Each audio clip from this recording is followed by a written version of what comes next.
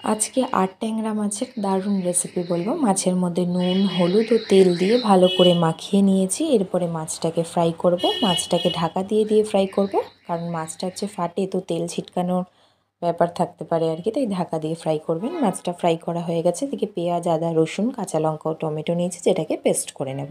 গুঁড়ো মশলায় নুন, হলুদ গুঁড়ো, জিরে গুঁড়ো, ধনে গুঁড়ো, লঙ্কার গুঁড়ো নিয়েছি।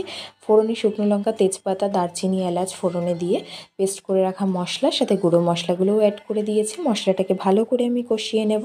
সামান্য পরিমাণ গরম মশলাও আমি অ্যাড করেছি। মশলাটা যখন কষানো হয়ে যাবেন, দেখবেন মশলা থেকে তেল ছাড়তে শুরু করে দিয়েছে। মশলাটা কষানো হয়ে গেলে পরিমাণ মতো জল দিয়ে দেবেন। যেরকম গ্রেভি খেতে পছন্দ করেন, একটু মাখা মাখা হলেই ভালো হয় আর কি।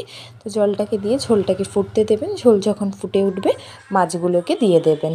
আর নামানোর আগে ধনেপাতা দিতে একদমই ভুলবেন না। ভিডিওটা ভালো লাগলে অবশ্যই লাইক করে দেবেন। আজকের মতো টাটা।